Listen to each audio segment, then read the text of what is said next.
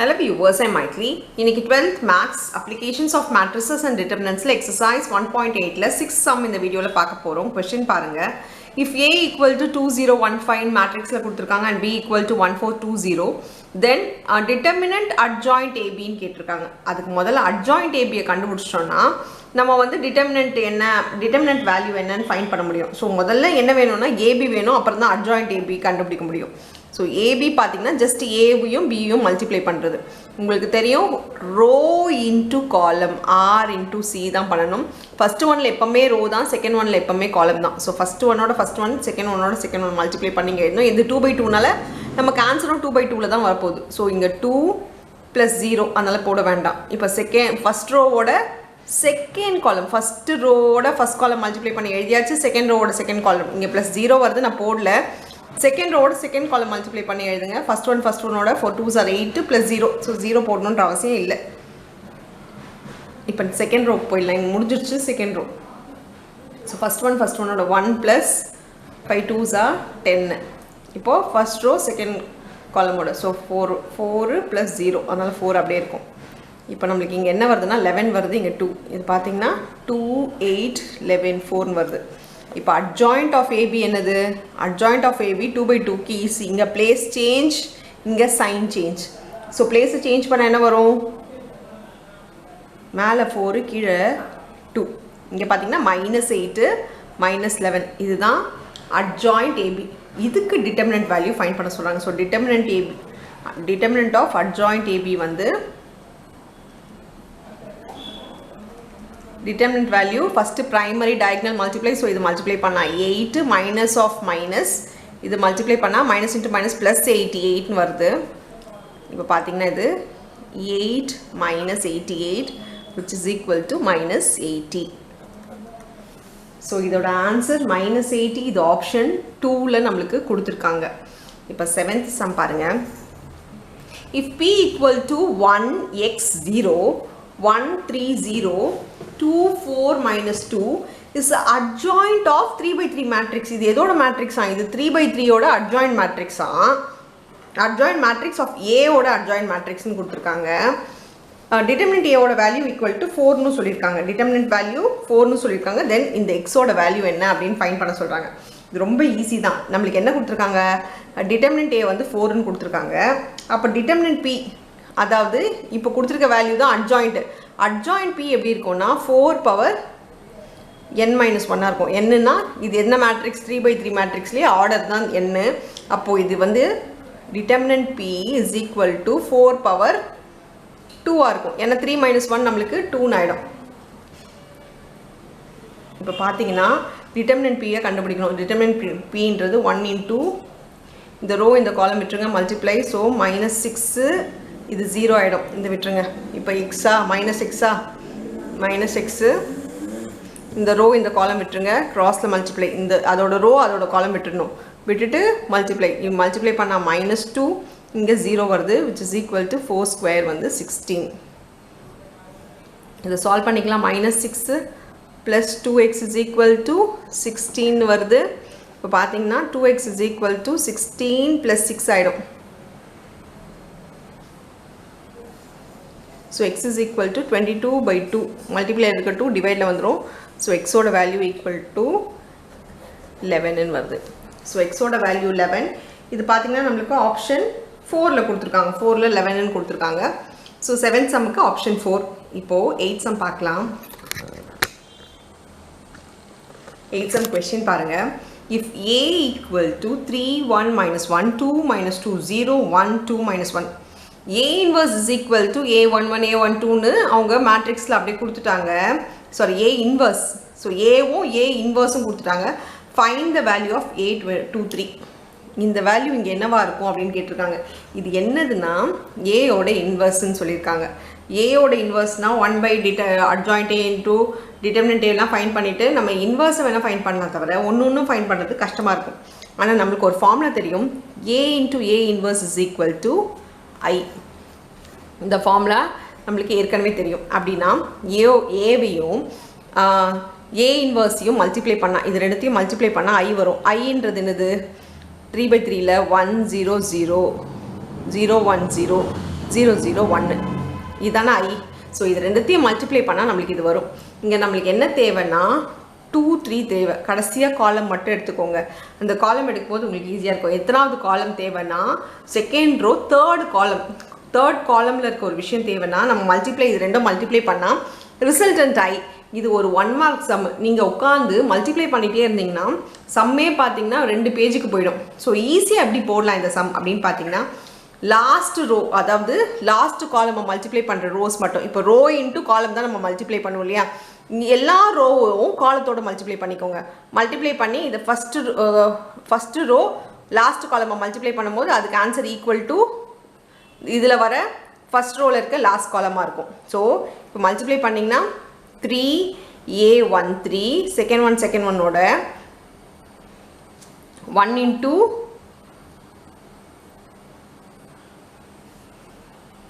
a23.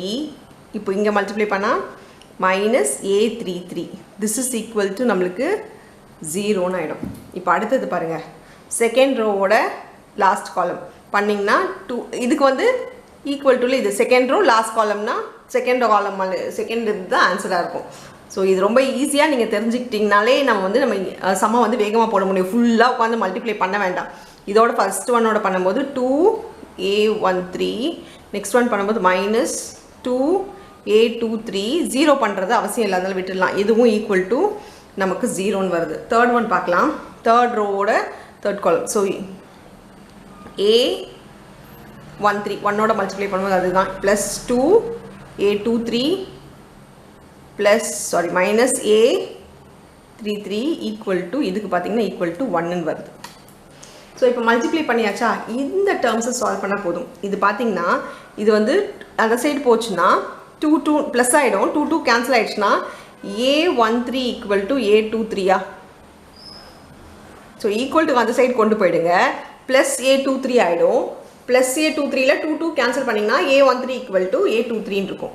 இப்போ next பாருங்கள், இப்போ என்ன தெரியும்னா a13க்கு பதிலாக a23 ரெண்டு இடத்துலையுமே போட்டுக்க முடியும். ஸோ ரெண்டு இடத்துலையுமே என்ன பண்ணுறேன், நான் a23 போட்டுக்க போகிறேன். இந்த ரெண்டு ஈக்குவேஷனையும் எலிமினேஷன் மெத்தடில் சால்வ் பண்ண போகிறேன். இப்போ பாருங்கள், ரெண்டு ஈக்குவேஷன்லேயும் a13க்கு பதிலாக நம்ம சப்ஸ்டியூட் பண்ணிக்கலாம்.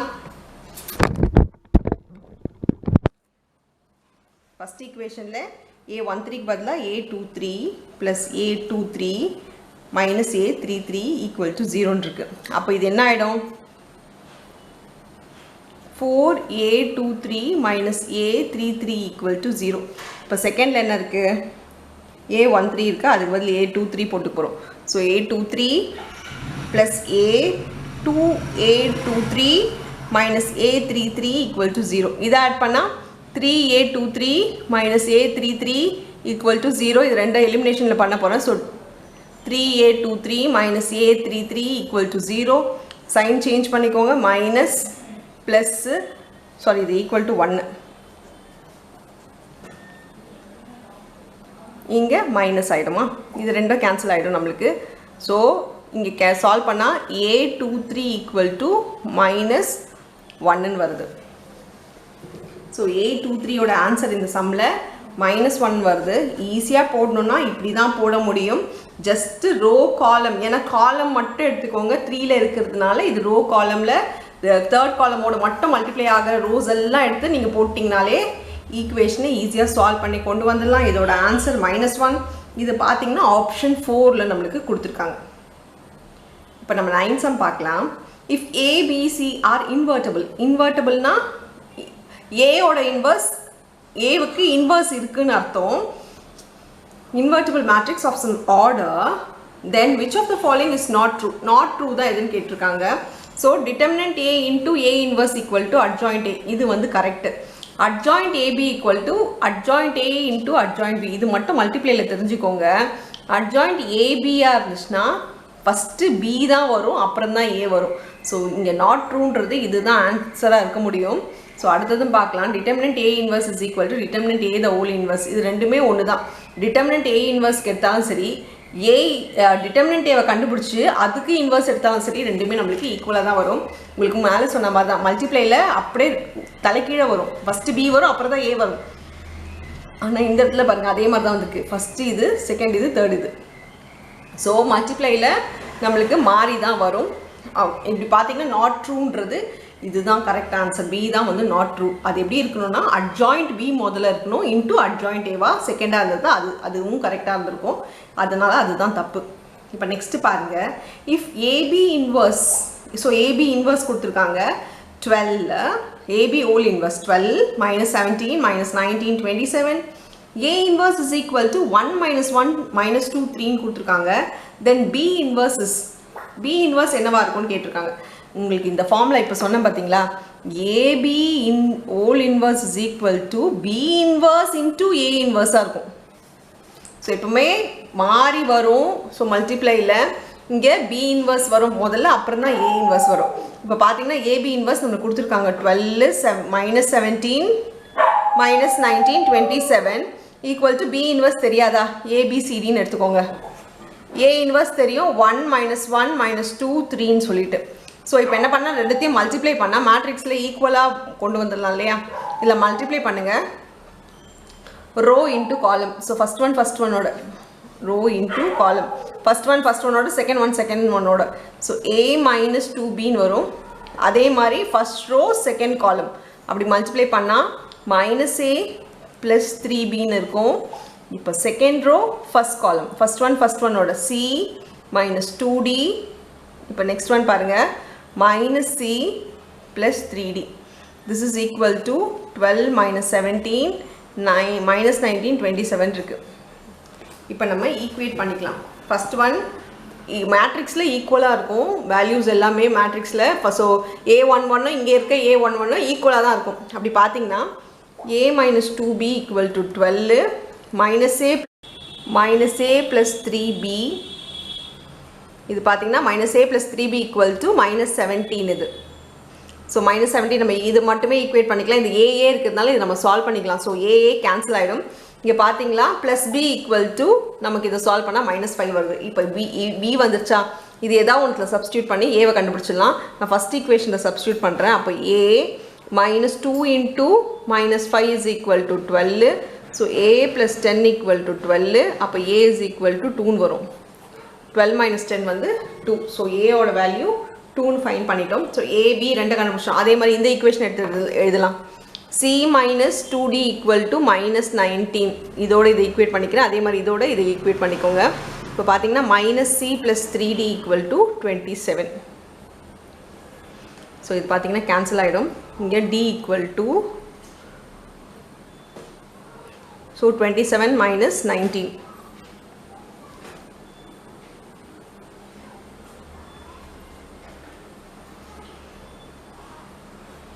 ஸோ டியோட வேல்யூ நம்மளுக்கு என்ன வந்திருக்கு, 8ன்னு வந்திருக்குங்களா. ஸோ டி எல்லையா சப்ஸ்டியூட் பண்ணிக்கோங்க. C minus 2 into 8 is equal to minus 19.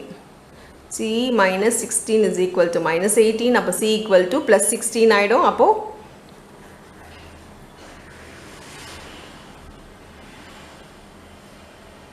Sorry இது 19, அப்போ 3 ஆகிடும், -3 ஆகிடும். இப்போது ABCD எல்லாமே கண்டுபிடிச்சோம். நம்மளுக்கு தெரியும் B இன்வர்ஸ் தான் ABCDன்னு எழுதிப்போம். அப்போ அதே ஆர்டரில் எழுதிக்கோங்க. 2 minus 5 8, சாரி -3 இங்கே வரும், C இங்கே D இங்கே. So 2 minus 5 B inverse is equal to 2 minus 5 3 8ன்னு வந்திருக்கு, -3 8ன்னு வந்திருக்கு. இது பார்த்தீங்கன்னா நம்மளுக்கு ஆப்ஷன் 1லேயே வந்திருக்கு. ஸோ ஆப்ஷன் 1 தான் கரெக்ட் ஆன்சர். அவ்வளோதான் இந்த சம். தேங்க்யூ.